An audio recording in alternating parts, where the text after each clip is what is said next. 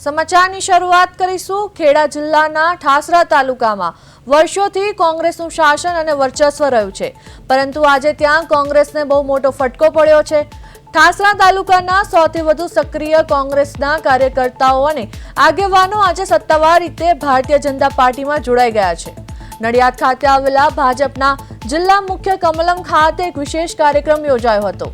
આ પ્રસંગે ખેડા જિલ્લા ભાજપના પ્રભારી રમેશ દેસાઈ, જિલ્લા પ્રમુખ નયનાબેન પટેલ, ઠાસરાના ધારાસભ્ય યોગેન્દ્રસિંહ પરમાર તેમજ જિલ્લા મહામંત્રી અને અન્ય પદાધિકારીઓ ખાસ ઉપસ્થિત રહ્યા હતા। જિલ્લા પ્રભારી રમેશ દેસાઈએ કોંગ્રેસમાંથી આવેલા તમામ કાર્યકર્તાઓને ભાજપનો ભગવો ખેસ પહેરાવી પક્ષમાં ઉષ્માભર્યો આવકાર આપ્યો હતો। વિધાનસભા ચૂંટણીઓ પહેલા ઠાસરા પંથકમાં કોંગ્રેસનું આ ધોવાણ આગામી દિવસોમાં સ્થાનિક રાજકારણમાં મોટા ઉલટાફેરના સંકેત આપી રહ્યું છે।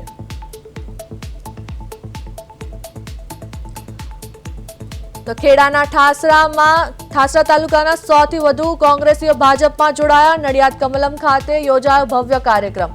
પ્રભારી રમેશ દેસાઈએ પહેરાવ્યો ભગવો ખેસ, ધારાસભ્ય યોગેન્દ્રસિંહ પરમારની હાજરીમાં પક્ષ પલટો, કોંગ્રેસના વર્ષો જૂના ગઢમાં પડ્યું ગાબડું। તો આ સાથે અમારા સંવાદદાતા પ્રતિક ભટ્ટ જોડાઈ ગયા છે। જી પ્રતિક, ખેડા જિલ્લામાં કોંગ્રેસના કાર્યકરો ભાજપમાં જોડાયા છે, શું છે આ મામલે સમગ્ર વિગત?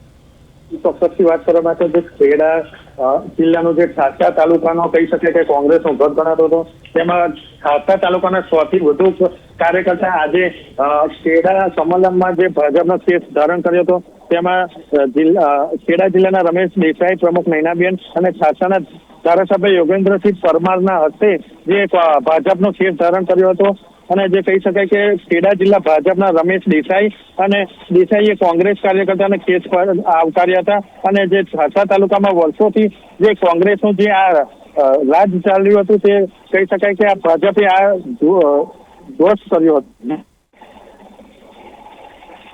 કોંગ્રેસ તરફથી આ પક્ષ પલટા અંગે કોઈ સત્તાવાર પ્રતિક્રિયા સામે આવી છે?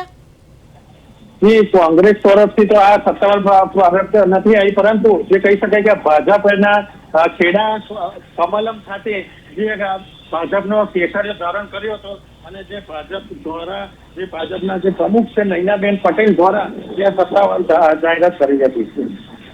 તો જે આ સૌથી વધુ કાર્યકરો છે પ્રતિક, એમનું કોંગ્રેસ છોડવાનું મુખ્ય કારણ શું હોઈ શકે? કહી શકાય કે કોંગ્રેસથી જે નારાજ હતા અને કોઈ પણ પદ આ લોકોને આપવામાં નતું આવ્યું।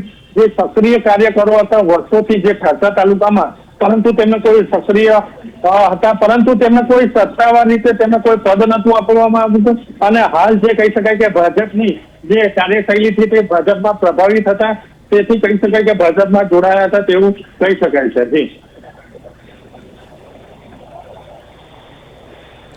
જી પ્રતિક, સમગ્ર માહિતી આપવા બદલ આપનો આભાર। તો ખેડા જિલ્લામાં કોંગ્રેસને લાગ્યો મોટો ઝટકો। ચૂંટણી પહેલા ઠાસરા તાલુકામાં મોટું ભંગાણ, કમલમમાં હોદ્દેદારોની હાજરીમાં કેસરિયા માહોલ, વિકાસ કાર્યોથી પ્રેરાઈને કાર્યકરો ભાજપમાં જોડાયા।